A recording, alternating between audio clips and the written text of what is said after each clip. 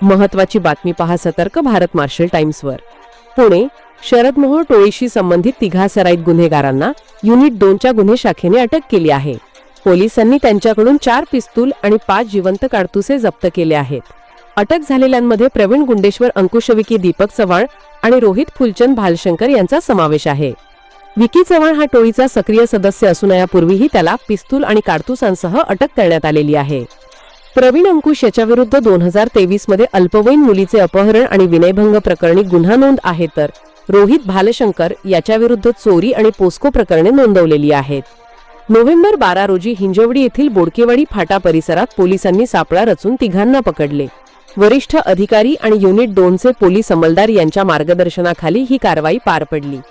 पोलिसांनी या कारवाईत 4 पिस्तूल 5 जिवंत काडतुसे जप्त करून शहरात गंभीर गुन्ह्यांचा कट थांबवला असल्याची माहिती दिली आहे। आपण पाहतात सतर्क भारत मार्शल टाइम्स पुणे।